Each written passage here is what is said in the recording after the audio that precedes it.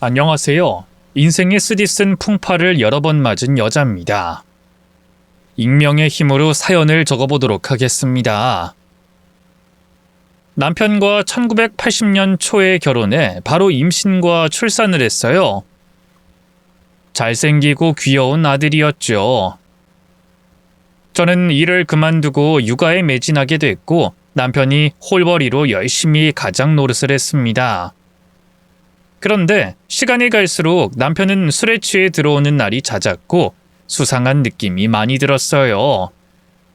그래서 추궁을 했더니 바람 피우고 있는 걸 고백하더군요. 당신은 이제 갓난아들 앞에서 부끄럽지도 않아? 돌도 안 된 애를 두고 바람을 피우다니! 야, 맨날 집에서 울상하고 있는 네 얼굴 보는 게 얼마나 곤욕인 줄 알아? 육아 때문에 힘든 건 알겠는데 넌 너무 이기적이야. 네 기분만 생각하고 남편이 밖에서 고생하는 건 하나도 생각하지 않잖아. 그래서 날 이해해주는 여자를 만난 건데 왜 이렇게 야단이야? 뭐가 어째? 바람난 이유가 나 때문이라고? 나쁜 자식. 이 옆에 내가 하늘 같은 서방한테 욕을 해? 너 오늘 혼 좀 나야겠다. 내가 가만히 있으니까 가만히로 보인 모양인데 오늘 내가 얼마나 무서운 사람인지 확실히 보여주겠어. 그이는 제 뺨을 갈기고 물건을 집어던졌습니다. 어릴 적 부모님께 혼났던 기억이 떠오르기도 했는데 남편이 절 공격하는 건 진짜 무서워서 오줌을 찔끔 흘렸답니다. 그날 남편은 잠들기 전까지 절 공격했고 다음날 퇴근하고 돌아왔어도 이어서 손찌검을 했어요. 무섭고 두려워서 아들을 안고 야반도주를 했죠. 하지만 이틀 만에 제가 있는 곳을 찾아와 맞고 또 맞았습니다.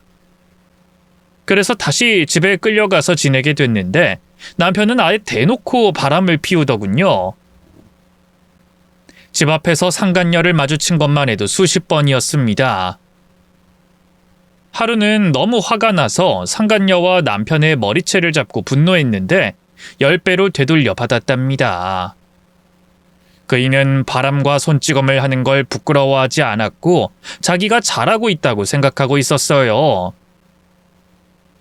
저는 버티는 게 힘들어 이혼장을 꺼내며 헤어져 달라고 했죠. 그랬더니 제 아들을 두고 몸만 나가라고 하더군요.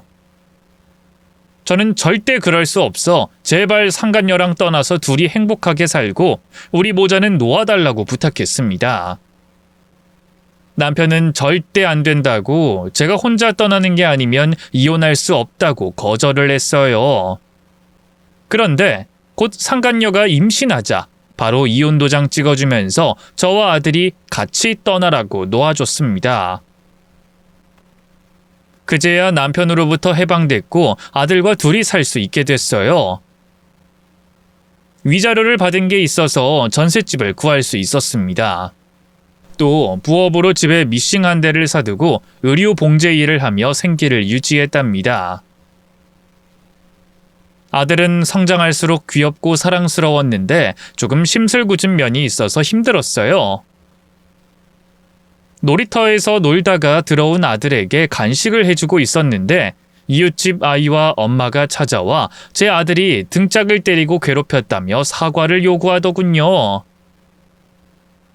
승재 엄마, 승재가 우리 아들 때렸어. 여기 등이 빨개진 것 좀 봐. 어머, 정말이네.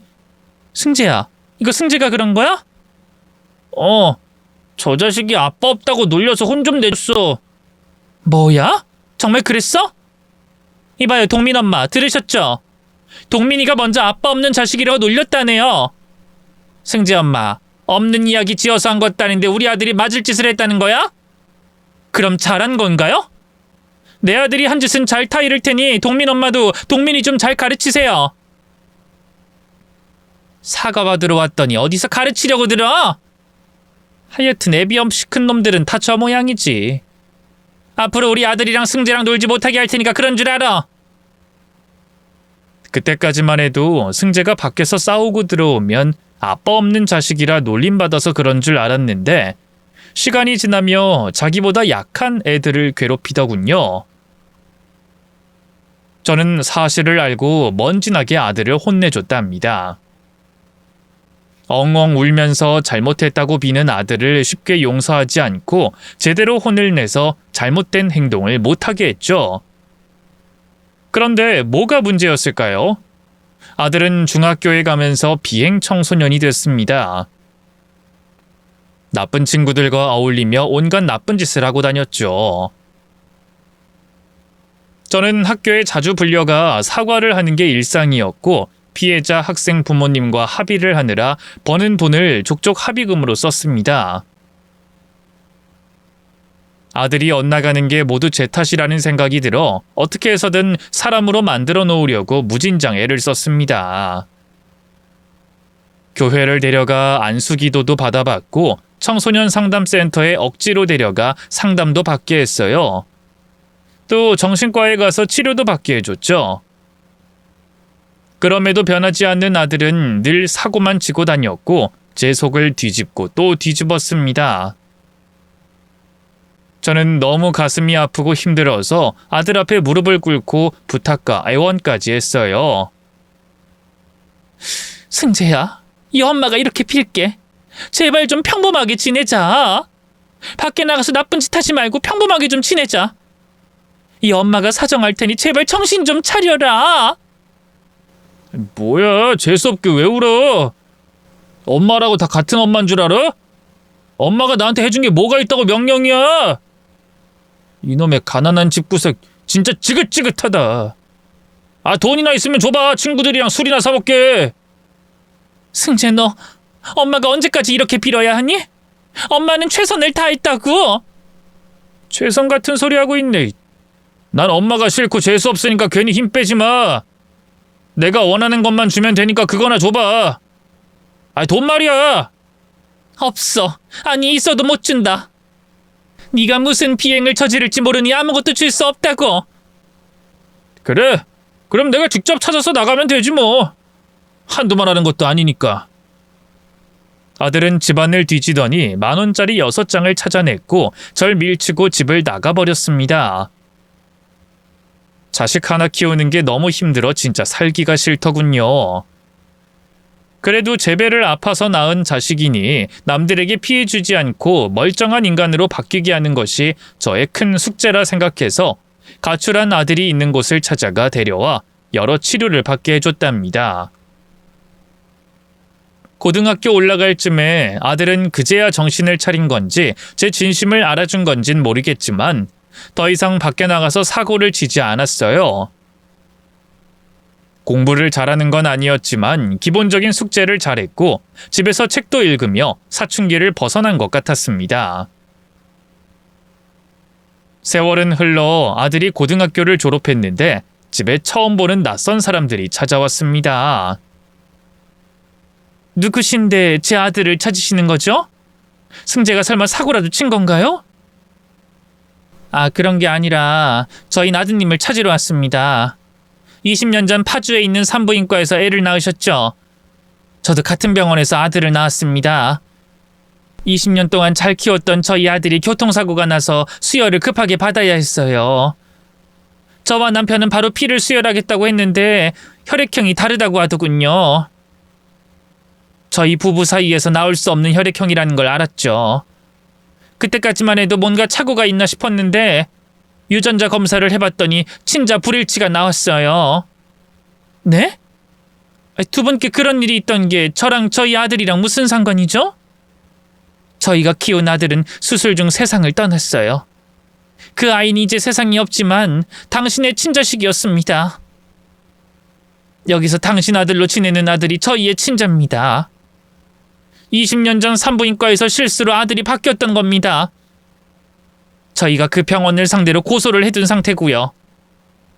도대체 무슨 말씀을 하는지 모르겠네요. 제 아들이 어떻게 당신들의 친자식이라는 겁니까? 난 믿을 수도 없고 당신들에게 해줄 말도 없어요.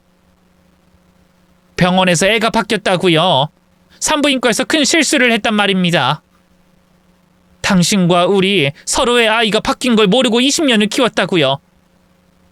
그래서 지금 우리 아들을 되찾으러 온 거란 말입니다. 이해하셨어요? 법적으로도 저희가 데려가도 된다고 하니 승재 데려가겠습니다. 말도 안 되는 소리 하지 마세요.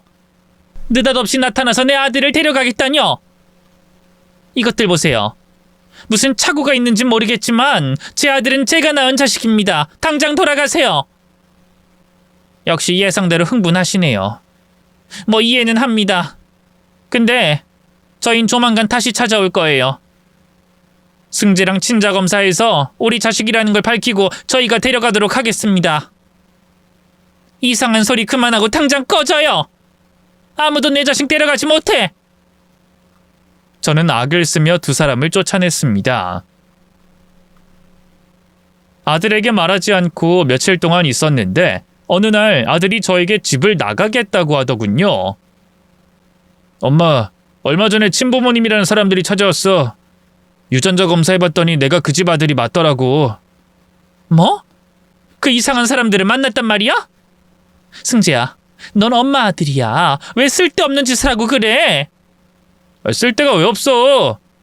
부잣집 사람들이라 내가 그 집에 들어가면 딱이겠더만. 뭐?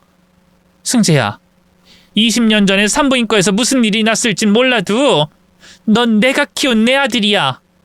그 집 식구들의 가족이 아니라고. 뭐래? 엄마가 나한테 해준 게 뭐가 있다고 아들아들거려? 나 대학 보내줄 능력도 없는 무능한 인간이잖아. 대학? 네가 수능 시험도 치르지 않았는데 무슨 대학을 못 보내줬다는 거야? 아, 몰라. 난 그 집 아들로 들어가 살 거니까 그런 줄 알아. 엄마는, 아니 아줌마는 그냥 나를 놓아주면 돼. 아줌마? 승재, 너 지금 진심으로 하는 소리니? 어떻게 엄마한테 이럴 수가 있어? 에이씨, 재수없기. 아니, 그럼 나더러 이 가난한 집구석에서 계속 살라는 거야? 이봐 아줌마, 내가 당신 때문에 불우하고 우울한 유년기와 청소년기를 보냈어. 완전 지옥 그 자체였다고. 근데 아직도 날 붙들고 싶은 거야? 이봐 아줌마, 날 그만큼 괴롭혔으면 이제 그만하고 놓아줘. 이 못된 자식, 어떻게 엄마한테 그런 말을 할 수가 있어? 이 아줌마가 사람 질리게 하네. 그냥 찌그러져 있어라.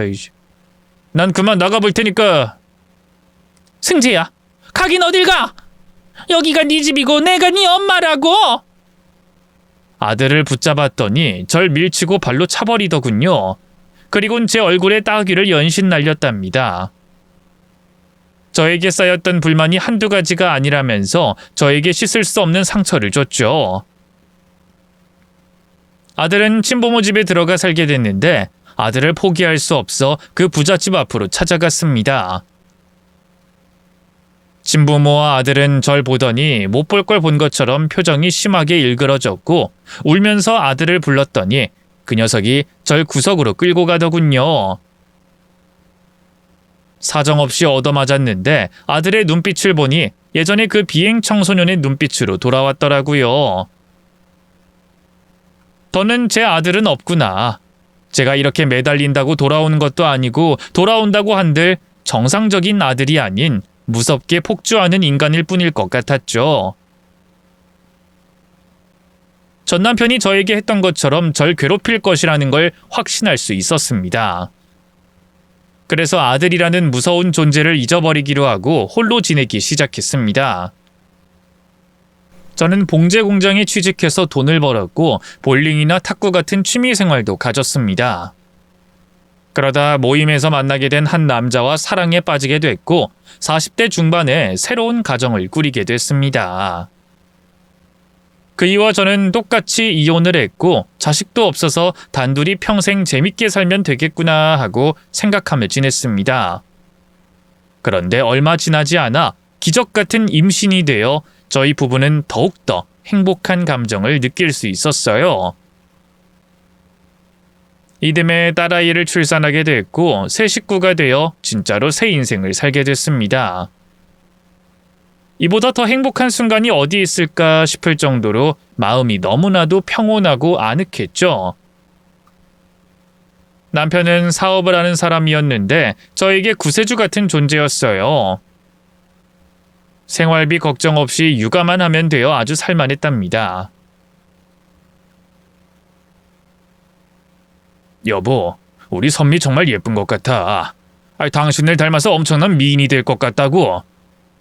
내가 미인인가? 내가 보기엔 선미가 당신처럼 선한 눈을 가져서 예쁜 것 같아. 딸은 아빠를 닮아야 잘 산다고 하니까. 우리 선미는 아주 건강하게 오래오래 행복하게 살 거야. 그럼 우리 둘을 반반씩 닮은 거라고 하자. 당신의 미모와 나의 눈을 가졌다고 생각하자고. 여보, 나 당신과 재혼하고 새 인생 찾게 돼서 너무나 기뻐. 내가 앞으로 좋은 남편, 좋은 가장이 되어 우리 세 식구 더 행복하게 지낼 수 있는 울타리가 되어줄게. 이미 당신은 그런 존재야. 나만 분발하고 잘하면 우리 집안은 아무런 문제가 없을 거야. 그렇게 서로를 위하고 배려하는 말들을 해주며 행복하게 잘 지냈죠. 저는 딸아이를 키우느라 거의 집에서 대부분의 시간을 보냈고 유모차를 끌고 산책하는 게 유일한 외출이었답니다. 그래도 사는 것이 기쁜 걸 제대로 느낄 수 있었으니 조금도 힘들지 않았습니다. 그러던 어느 날 우리 집에 반갑지 않은 손님이 찾아왔습니다. 절 버리고 친부모에게 떠났던 아들이 반쪽이 된 얼굴로 찾아왔더라고요. 승재야? 엄마 잘 지냈어? 이야, 거실에 가족 사진 근사한데 새 시집도 가고 애기도 낳았나 봐? 여긴 웬일이니? 너 그 집에서 잘 살고 있는 거 아니야? 엄마를 그렇게 패대기 치고 욕하면서 쫓아내더니 이제 와서 여길 찾아온 이유가 뭐야? 엄마도 참, 자식이 그럴 수도 있지. 아직도 그걸 기억하고 있는 거야? 엄마, 나 갈 데가 없으니까 여기서 좀 지낼게. 그게 무슨 소리니? 네 부모한테 쫓겨나기라도 했다는 거야? 그 인간들이 날 자식으로 받아들인 이유가 따로 있었어. 이유가 따로 있다니? 그게 뭔데? 친아버지라는 사람은 간암이었고 친엄마는 신부전증이었어. 나한테 간도 이식받았고 신장도 이식받았어. 자기들 인생을 연명하고 싶어서 날 불러들인 거였다고. 설마 너 간이랑 콩팥을 다 떼어준 거야? 정말 그런 거야? 그렇다니까. 아무튼 내가 쓸모없어졌다고 다시 버린 거야. 내가 갈 곳이 없어 여기로 들어온 거라고. 그게 사실이라면 가만히 있을 수 없다. 이건 사기고 착취야. 내가 그것들 가만두지 않겠어. 엄마, 그 집 부자라서 뭘 해도 빠져나갈 거야. 그냥 내버려둬. 엄마, 나 여기서 지내도 되지? 나 졸리니까 깨우지 마. 아들은 말도 안 되는 소식을 전하더니 방에 들어가 코를 골고 자더군요. 저는 아들의 옷을 살짝 올려 수술한 흔적을 보고 경악하고 말았습니다. 제 아들을 데려가더니 자기들 목숨을 연명하려고 수술을 받고 버렸다니 정말 미치고 팔짝 뛰겠더군요. 저는 당장 그 집으로 찾아갔습니다. 대문을 부서지도록 두드리고 흔들어 문을 열게 했습니다. 당신들 어떻게 그런 짓을 해요? 내 아들한테 간신장을 받고 버리다뇨. 그게 사람으로서 해도 되는 짓이에요? 제가 사실을 읊어대자 친모가 한숨을 쉬면서 말하더군요. 이봐요, 승재 엄마. 저흰 그 애를 책임지지 못하겠습니다. 괜히 찾은 것 같군요. 뭐라고요? 당신들이 원하는 걸 얻었으니 버려도 된다 이 말입니까? 승재 엄마, 우리가 승재한테 간 콩팥을 받은 건 사실이에요. 근데 그에 대한 감사의 대가로 재산 절반 줬습니다. 그리고 평생 감사하며 함께 살아갈 생각이었죠. 근데 도박과 유흥에 빠진 승재는 그 돈을 전부 다 날린 것도 모자라 우리 집을 담보로 사채까지 써서 곧 길바닥에 주저앉게 생겼어요. 승재는 우리가 쫓겨낸 것이 아니라 더는 뜯어낼 돈이 없어서 자기 발로 나간 거예요. 친부모의 이야기를 들어보니 승재가 도박으로 집안의 전 재산을 날렸다고 하더군요. 유흥도 얼마나 많이 다녔는지 하룻밤 술값으로 수천만 원을 썼다고 합니다. 이식해준 걸 약점으로 잡고 온갖 돈을 다 뽑아 먹었다는 거죠. 그러다 친부모의 재산이 떨어지자 집을 담보로 사채를 썼다네요. 친부모 두 사람은 집이 경매로 넘어가서 어디서 지내야 할지 정해지지도 않았답니다. 심지어 수술을 받긴 했으나 정신적인 충격이 심해서 몸이 다시 안 좋아졌다는 말까지 하더라고요. 그러니까 승재가 수술받고 이 집의 재산을 모두 도박과 유흥으로 탕진했다는 건가요? 네, 그래요. 우린 정말 친자식으로 생각하고 잘 살아보려고 했어요. 그런데 돈 나올 구멍이 없어지니 우릴 개패듯이 패더군요. 그러더니 스스로 집을 나갔고요. 이게 다 무슨 소리인지 모르겠네요. 우리 애가 승재가 그렇게까지 할 애가 아닌데. 승재 엄마 조심하세요. 우린 이미 모든 걸 잃었어요. 이식 받긴 했지만 건강이 좋지 않아 어떻게 될지 모릅니다. 승재를 멀리하세요. 그게 당신에게 해줄 수 있는 마지막 말입니다. 우린 요양원에 들어가야 할 것 같습니다. 부디 승재 엄만 저희처럼 되지 말길 바랍니다. 승재에게 들었던 것과 너무 다른 사실을 듣게 됐는데 믿고 싶지 않았습니다. 저에게 함부로 대한 날들이 많긴 했지만 절 버리고 떠날 때도 심한 공격이 있긴 했지만 자신을 낳아준 친부모에게 그런 못된 짓을 하고 돌아왔을 리가 없다고 저 자신을 설득했습니다. 집으로 돌아가 아들에게 조심스럽게 물었더니 아들은 충격적인 대답을 하더군요. 엄마, 그것들 가진 것도 없어. 완전 졸부라고. 도박을 좀 한 건 사실인데 그렇다고 집안이 망해서 오갈 곳이 없다는 게 말이나 돼? 여하튼 제대로 똥 밟았어. 난 앞으로 그 집 인간들 쳐다도 보지 않을 거야. 이놈아, 어떻게 그런 짓을 해? 왜 그랬어? 이 엄마 버리고 나갔으면 잘 살아야지. 이 꼴이 뭐냐고. 너 수술한 대가로 10억에 가까운 돈까지 받았다며. 근데 그걸 전부 날려먹고 친부모 집까지 싹 다 날려버려? 너 하는 행동이 사춘기 때 하는 짓 같구나. 에이, 뭐래? 엄마, 나 오갈 데 없으니까 여기서 좀 지낼게. 나중에 취직하면 나갈 테니까 당분간만 지내게 해줘. 안 돼. 여긴 내 남편과 딸이 사는 집이야. 날 무참히 밟고 집을 나간 네가 살 곳이 아니라고. 아직도 서운한 거야? 엄마. 그때는 엄마가 떨어져야 하는데 징그럽게 들러붙어서 그런 거잖아. 아무튼 결과가 이렇게 됐으니 어떡하겠어. 엄마가 나를 좀 챙겨줘. 이런 못돼 먹은 놈아. 네가 무슨 깡패니? 양아치야? 왜 이러고 사는 건데? 엄마가 널 제대로 키우려고 최선을 다했는데 왜 이 모양인 거야? 더럽게 시끄럽네. 엄마, 나 배고프니까 밥이나 좀 해줘. 아들은 철없이 밥 타령을 하더군요. 1시간 뒤 퇴근하고 돌아온 남편이 아들을 보고 잠시 놀랐지만 이내 표정을 풀고 악수를 청했습니다. 아, 자네가 승재구만. 만나서 반갑네. 아저씨, 우리 엄마랑 사니까 좋으시죠?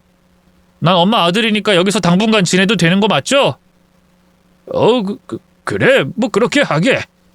편하게 생각하고 지내고 싶은 만큼 지내. 이제야 좀 말이 통하는 사람을 만났네. 엄마가 남자 하나 제대로 꼬신 것 같네. 아주 잘했어. 근데 아저씨, 이 아들이 돈이 좀 필요해요.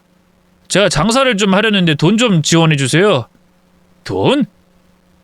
승재, 자네 나이가 아직 20대 초반이니 먼저 사회 경험부터 쌓도록 하지. 사회 경험이요? 아저씨 꼰대예요? 사회 경험은 무슨... 이 험난한 세상에 제대로 된 인간이 몇이나 있다고 그런 소리래요. 남 밑에서 잠깐 일해봤는데 그냥 갑질하는 늙은이들 뿐이래요. 아무튼 장사하게 미천 좀 주세요. 그러자 남편은 긴 한숨을 내쉬며 생각해보겠다고 대답했습니다. 물론 제가 안 된다고, 절대 돈을 해주면 안 된다고 확실하게 못을 박아줬죠. 여보, 얘 승재 내가 키운 자식이지만 아주 못된 놈이야. 아무것도 해주면 안 돼. 그리고 어떻게든 쫓아낼 테니까 조금만 참아줘.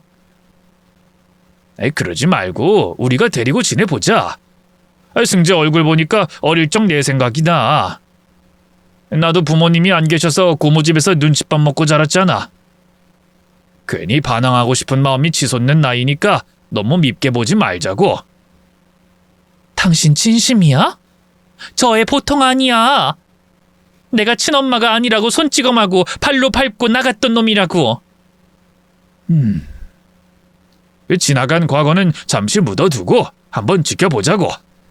당분간이라도 같이 지내보고 달라지는 게 보이면 도움을 주고 내보내면 좋겠어. 남편은 승재를 무조건 나쁜 아이라고 생각하지 않고 고운 시선으로 봐줬습니다. 저보다 100배는 훌륭한 사람이었죠. 이후 제 집에서 지내던 아들은 남편에게 목돈을 받아내서 장사를 하겠다고 나갔어요.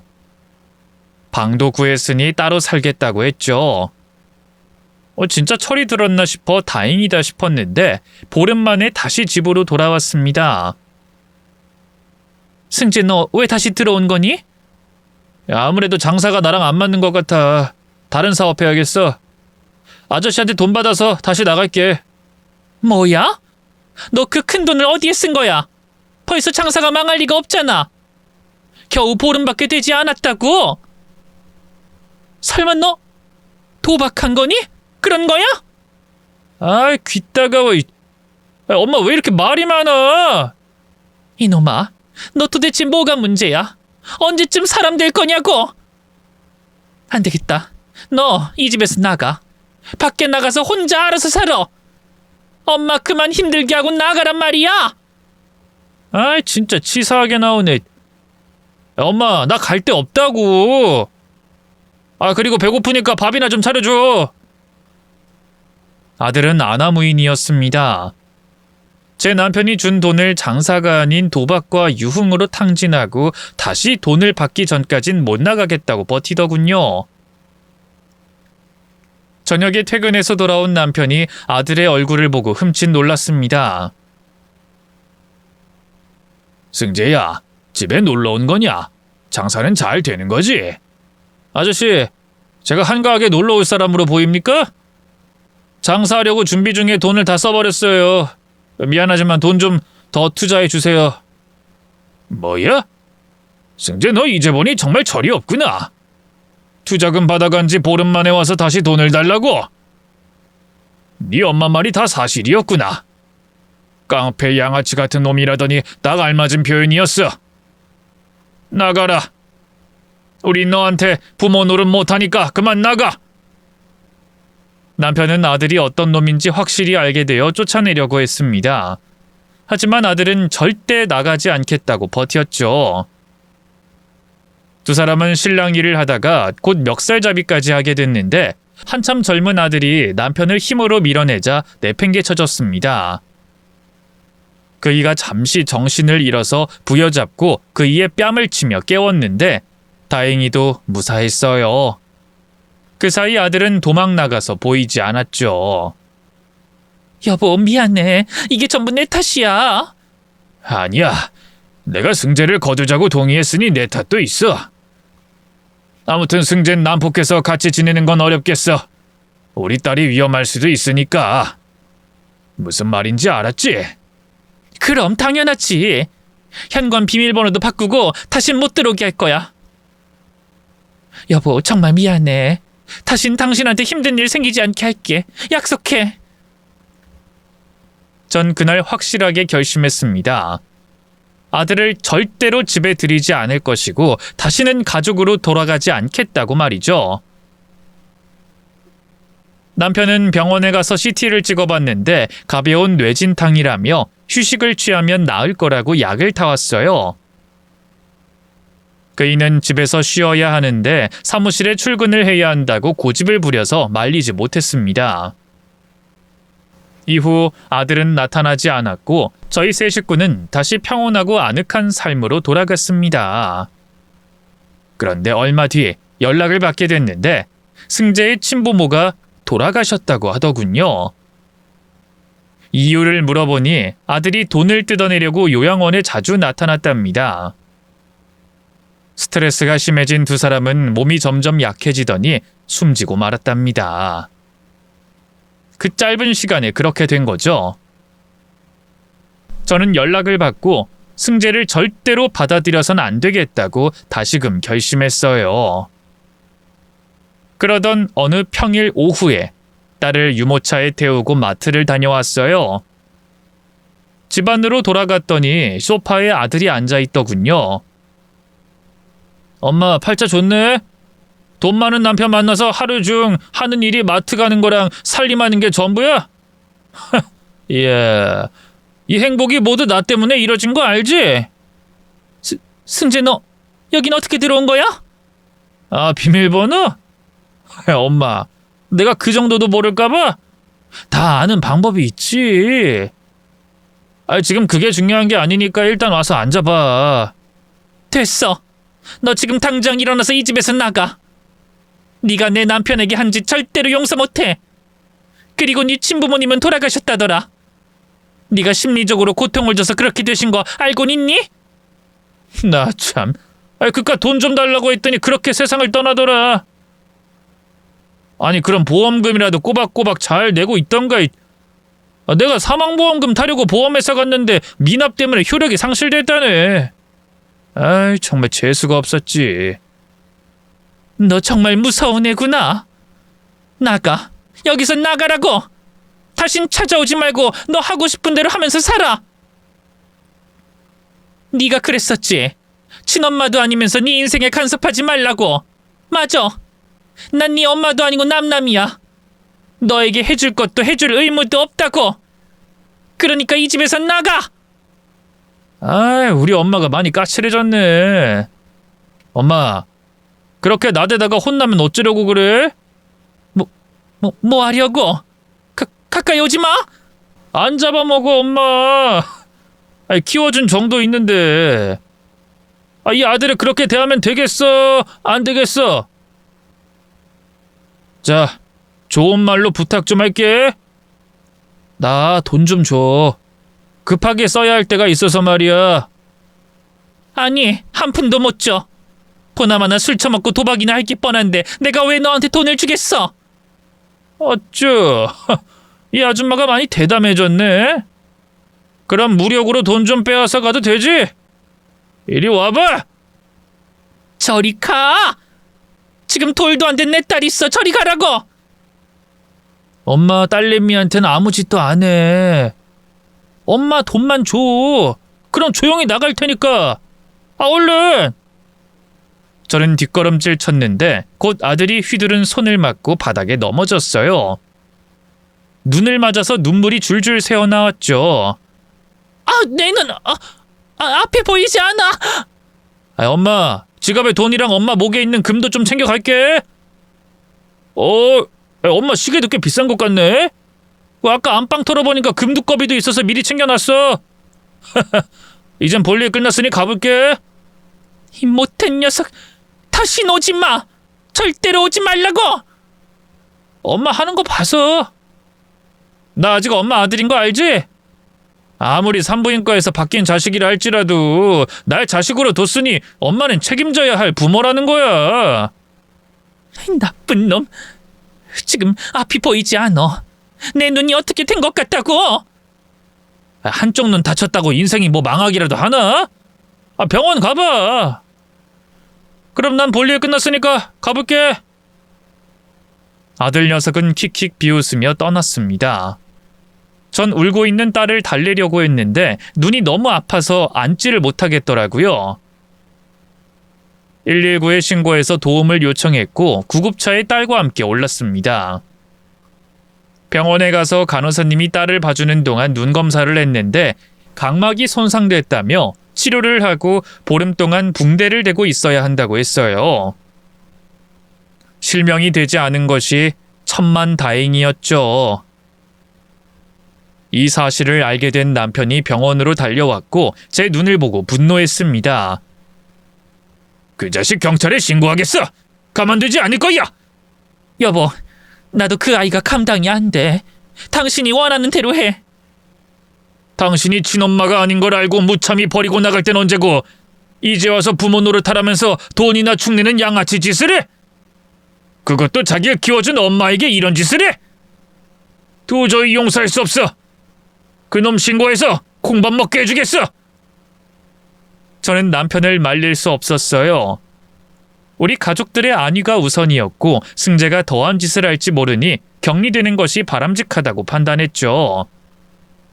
그래서 남편이 아들을 무단 침입과 절도 상해죄로 경찰 고소를 해서 아들은 곧 붙잡혔습니다. 도박장에서 훔쳐간 돈과 금을 모두 탕진하고 난 뒤 붙잡혔다고 하더군요. 저는 재판 때 증언을 하기 위해 법정에 갔습니다. 저를 무섭게 노려보는 아들의 시선을 피해 증언석에 올랐죠. 저와 남편이 당한 일과 승재의 친부모가 당했던 일들 모두 고백했죠. 엄벌을 주길 바랬지만 당장 고소가 된 죄목에 대해서만 처벌받게 되어 징역 3년이 판결났답니다. 이후 저희 식구들은 다른 지역으로 이사를 떠났어요. 순전히 승재 때문이었죠. 나중에 보복할까봐 남편과 의논해서 결정했답니다. 새롭게 이사한 곳은 딸이 성장하기 아주 좋았어요. 치안 걱정을 하지 않아도 될 정도로 보안이 철저한 고급 빌라였고 근처 편의시설이 쫙 깔려 있어서 멀리까지 나갈 필요가 없었답니다. 3년이 지나고 나서부터는 남편과 같이 걱정을 했어요. 아들 승재가 출소했을 때가 됐으니 조심하자는 말을 나눴죠. 저는 남편을 안심시키려고 이렇게 말했습니다. 여보, 설마 승재가 찾아와서 해코지라도 하겠어? 벌 받고 교화가 됐을 거야. 아니, 당신 아들은 위험해. 그건 확실하다고. 행여나 착한 얼굴로 찾아와도 절대 받아줘선 안 돼. 그건 동의해. 나도 승재를 다시 받아줄 마음 따윈 없어. 우리 딸이 최우선이니까. 그렇게 판단하고 있다니 다행이군. 아무튼 당신 집에서 지내면서 수상하게 느껴지면 언제든 전화해. 그게 어려우면 비상벨 눌러서 경비를 불러도 되고. 알겠지? 여보, 걱정하지 마. 여긴 보안이 철저해서 아무나 못 들어오잖아. 그리고 외출도 되도록 하지 않을 거니까 걱정 내려둬. 전 남편이 하라는 대로 또 제가 마음먹은 대로 조심하면서 지냈어요. 그런데 집안에만 있긴 너무 답답해서 하루는 딸을 데리고 산책하러 나갔습니다. 그런데 홀쭉한 청년이 저에게 다가오더군요. 바로 승재였습니다. 엄마. 넌? 엄마 미안해. 내가 잘못했어. 오늘은 사과하러 온 거야. 나 교도소에서 반성 많이 했어. 나 같은 놈 키워줘서 고맙고 미안해. 너 꼴이 이게 뭐니? 밥을 제대로 못 먹는 거야? 교도소 나와서 일자리 구하긴 했는데 내 몸이 버티지 못해서 쉬고 있어. 엄마도 알잖아. 내가 친부모한테 간이랑 콩팥 이식해준 거. 몸 관리 안 하고 맨날 술만 퍼먹고 지냈으니 후유증이 올만도 하지. 지금 내 꼴이 이래. 그래, 안 좋아 보이는구나. 근데 날 찾아온 이유가 뭐야? 단순히 사과를 하러 온 게 아닐 텐데. 엄마, 염치 없지만 나 방세 좀 내게 15만 원만 빌려줘. 그거면 충분해. 방세? 너 그 정도로 어려운 거니? 미안해. 다신 돈 빌리러 오지 않을게. 오늘이 마지막이다 생각하고 돈 좀 빌려줘. 저는 아들의 눈을 봤는데 순한 양이 되어 있더군요. 그래서 저는 마음이 약해졌고 눈앞에 있는 청년이 제가 키운 아들이라는 걸 상기시켰습니다. 저녁에 다시 보자고 했고 남편이 퇴근했을 때 딸을 맡기고 잠시 외출을 한다고 하며 아들이 보내준 주소지로 찾아갔습니다. 세상에, 너 여기서 지내는 거니? 지하방이라고 해도 여긴 너무 심하게 숨막힌다. 엄마, 이 정도면 과분하지. 나 같은 놈은 벌 받아도 싸잖아. 아무튼 한 달치 월세만 조금 빌려줘. 승재야, 너 편한 거 맞니? 교화가 되어 나온 거 맞아? 엄마, 내 꼴을 봐. 내가 여기서 더 망가질 수 있을 거라 생각해? 엄마, 난 평범하게 사는 게 꿈이야. 몸이 좀 좋아지면 일 열심히 다닐 거고 남들처럼 결혼도 할 거라고. 아들의 진심을 전해 듣고 전 엄마로서 뭔가를 해줘야 한다고 판단했습니다. 친자가 아닐지라도 제가 키운 자식이니 책임을 꼭 져야만 했죠. 엄마가 있는 돈 없는 돈 긁어서 전세 아파트에 들어갈 정도의 돈은 가져왔다. 남편 몰래 마련한 돈이야. 너 바로 집부터 알아보고 지하에서 벗어나. 그리고 네 결심대로 몸 건강해지면 열심히 살아. 엄마 그러지 않아도 돼. 난 여기도 살만하니까 월세만 줘도 된다고. 내가 양심이 있어서 엄마 돈 어떻게 받겠어. 난 네 엄마야. 아무리 친자식이 아닐지라도 내가 키운 아들이라고. 그러니 책임져야지. 자, 받아. 그리고 제발 건강해져서 평범하게 살도록 해. 한 가지 더. 내 남편은 내가 널 만나는 사실 몰라. 그러니 우리 집 근처엔 다신 나타나지 마. 그이가 신고할지도 모르니까. 알겠어요, 엄마. 고맙습니다. 아들은 울먹이더니 저에게 큰 절을 올리더군요. 이런 엄마를 배신하고 그 못된 짓을 하다니. 나 같은 놈은 감옥 가도 쌉니다. 엄마, 죄송해요. 앞으로 사람답게 살겠습니다. 그래. 앞으로 가끔 엄마한테 연락해. 이 엄마 선에서 해줄 수 있는 건 해줄 테니까. 엄마, 정말 고마워. 그렇게 아들에게 전세금을 전해주고 집으로 돌아왔습니다. 아들이 어떻게 지내는지 궁금해서 한 달 뒤 연락을 해봤는데 받지 않더군요. 혹시 무슨 일이 생긴 걸까 궁금해하던 찰나 외출하는 길에 아들을 만났습니다. 승재야, 너 달라졌구나. 몸이 건강해 보이네. 엄마 잘 있었어? 아저씨가 잘해주나 봐. 혈색이 아주 좋네. 말투가 왜 그러니? 아무튼 잘 지내고 있는 거야? 뭐 그냥. 엄마, 나 돈 좀 해줘. 내가 투자를 하나 하려는데 급히 돈이 필요해. 완전 대박 사업이 있는데 내가 투자하면 돈방석에 앉을 것 같아. 승재야, 너 또 시작인 거니? 너 전셋집은 구한 거 맞아? 한번 같이 가보자. 너 어떻게 사는지 봐야겠어. 에이, 지금 뭐 하자는 거야? 엄마, 돈이나 주고 가. 나 지금 어느 때보다 돈이 급하다고. 사실대로 말해봐. 너 또 도박에 손댄 거야? 예전처럼 도박하고 술집 여자들이랑 돌아다니고 있냐고. 그러자 아들의 눈빛은 아주 매섭게 변했습니다. 아이씨, 이 아줌마가 돈만 주고 가라니까 왜 말을 안 들어? 어이, 돈 내놓으라고! 당신 아들한테 돈 좀 주고 꺼지라고! 내가 널 도와주는 게 아니었는데 괜한 짓을 했구나. 널 믿은 내가 바보 천치였어. 그땐 내가 연기 좀 한 거야. 불쌍한 척 좀 하면 돈을 줄까 싶어서 액션 좀 한 거라고. 아니나 다를까 목돈을 척하고 주더라. 그리고 교화? 엄마, 난 지극히 정상이야. 근데 무슨 교화가 필요하겠어.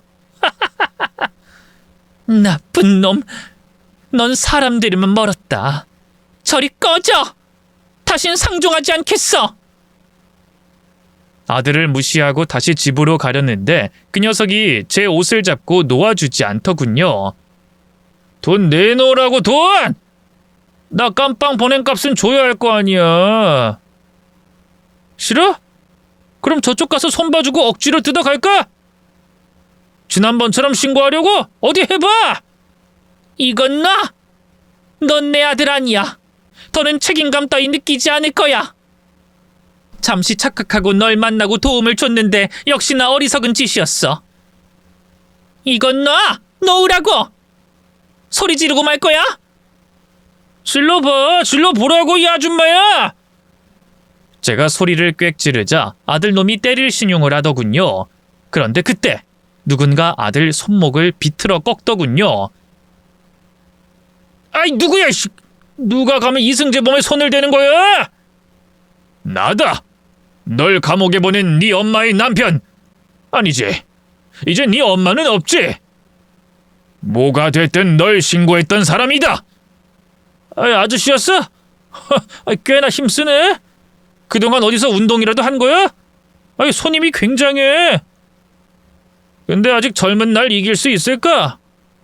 내가 오늘 당신도 혼내주고 돈 받아 가겠어. 아들이 힘을 써서 손목을 풀자 남편이 귓방망이를 한 대 날렸습니다. 승재는 아무것도 못하고 그대로 기절해버렸습니다. 여보, 괜찮아? 112에 신고했어. 곧 경찰들 올 거야. 여보, 미안해. 내가 어리석었어. 저놈이 교화가 된 줄 알았어. 불쌍하게 지하방에서 사는 게 딱해 보여서 도와주려고 돈을 줬어. 근데 역시나 도박과 유흥에 썼대. 나 정말 바보스럽지? 아니야. 당신을 이용한 저놈이 나쁜 놈이야. 누구라도 당신처럼 행동했을 거야. 아무튼 이젠 다 끝났어. 이제 정말 저놈이 우리 가족을 찾아올 일이 없을 거야. 저는 하염없이 눈물을 흘리며 남편에게 사과했고 어리석게 속아 넘어간 자신에게 화가 나서 끝없이 소리를 내 울었습니다. 이윽고 경찰들이 와서 아들을 잡아갔고 다시 교도소로 들어가게 됐습니다. 세월은 흐르고 흘러 20년이 지났고 그동안 무탈하고 건강하게 저희 세 식구는 잘 살았습니다. 딸아이는 어느새 대학교 졸업반이 되어 취직을 준비하고 있었어요. 남편의 사업은 많이 번창해서 예전보다 훨씬 큰 사무실을 쓰고 있었죠. 저는 전업주부로 살림과 내조를 하며 지냈답니다. 남편과 결혼 25주년 결혼기념일에 맞춰 여행을 가기로 했어요. 늘 저만 생각해주고 잘해준 남편은 나이를 먹어도 제가 최우선이었나 봅니다. 여보, 간단하게 외식만 하자. 무슨 여행까지 가겠다는 거야? 여행은 내가 가고 싶어서 제안한 거야. 아무튼 제주도라도 다녀오자. 에이구, 그래 가자 가. 우리 애처가 남편 덕분에 매년 결혼기념일마다 여행을 가니 너무너무 좋다. 우리 남편 덕분에 내가 호강하며 사네. 고마워 여보. 그렇게 며칠 뒤 캐리어 가방을 가지고 공항 앞에서 내렸습니다. 저녁 비행기로 가는 것이라 잠시 시간이 있어 식사라도 하려고 했는데 공항 밖 흡연구역에서 낯익은 얼굴이 보였어요. 바로 아들 승재였죠. 꼴을 보아하니 노숙자가 되어 있는 것 같았습니다. 공항에서 노숙하는 사람들이 있다더니 거기서 지내는 모양이었어요. 잠시 후 다른 노숙자들이 아들에게 몰려들었는데 뭐라 대화를 나누다가 싸움이 붙더군요. 아들은 더 이상 청년이 아니었기 때문에 된통 얻어맞고 바닥에 쓰러졌습니다. 전 남편에게 아들을 봤다고 전했고 한번 꼬라지를 보자고 했어요. 그이는 고개를 끄덕이며 저와 함께 아들을 향해 걸었죠. 참 꼴 좋다. 20년이 지났어도 그대로네. 승재야, 넌 도대체 뭐가 문제니? 내가 널 못 키우는 건 아니잖아. 이게 누구야? 내 엄마 아니야? 엄마. 아들 보고 하는 인사가 겨우 훈계야? 그러지 말고 돈이나 좀 줘. 아저씨도 같이 있네? 아저씨, 우리 엄마랑 사는 대가로 나한테 돈 좀 주시지? 아무나 나한테 돈 좀 줘봐. 난 너에게 최선을 다했어. 하지만 넌 절대로 바뀌지 않는구나. 승재야, 이렇게 널 보는데 아무렇지가 않어. 너에게 아무런 정도 남지 않은 것 같네. 이게 지금 뭐라는 거야? 그딴 소리 할 거면 돈이나 주고 하든가. 왜? 또 도박하고 술 처먹게? 내가 너한테 또 속겠니? 에휴, 너도 참 한결같다 승재야. 다신 보지 말자. 우린 여행 가는 길이니까 이만 가볼게. 노숙 잘해라. 당신 때문에 내가 이렇게 됐잖아. 당신이 날 책임져야 한다고. 저는 뒤를 돌아봤는데 아직도 승재는 사악한 눈을 가지고 있더군요. 말을 더 섞었다간 또 전처럼 된통 당할 것 같아 남편의 손을 잡고 공항 안으로 들어갔습니다. 그러자 쫓아 들어온 아들이 소리를 지르며 덤벼들자 남편이 손쓰기도 전에 보안 요원이 승재의 두 팔을 잡고 제압하더군요. 이건 놔! 저 여자 때문에 내 인생에 이 모양이 꼴났어! 복수를 해야만 한다고!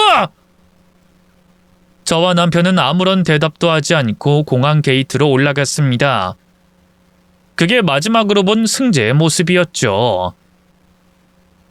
남편과 제주도로 여행을 가서 아주 즐겁게 지내고 돌아왔는데 공항에 노숙하는 사람들 중 승재는 보이지 않았습니다.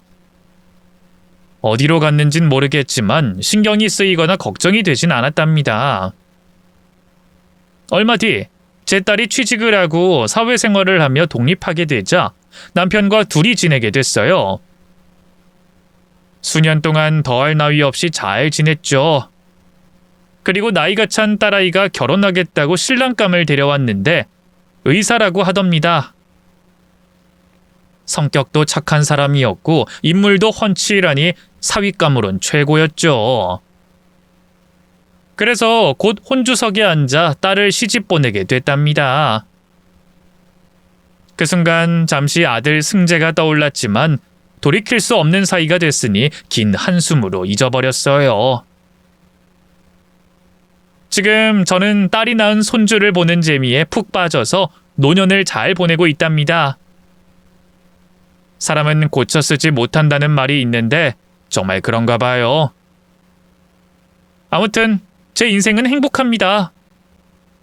혹시 고쳐 쓰지 못하는 사람 때문에 힘든 분들이 계신다면 제 이야기로 같이 속풀이를 하셨으면 하는 바람입니다. 여기서 그만 인사드리고 줄이겠습니다. 끝까지 경청해 주셔서 감사합니다. 평안한 하루 보내시길 바랍니다.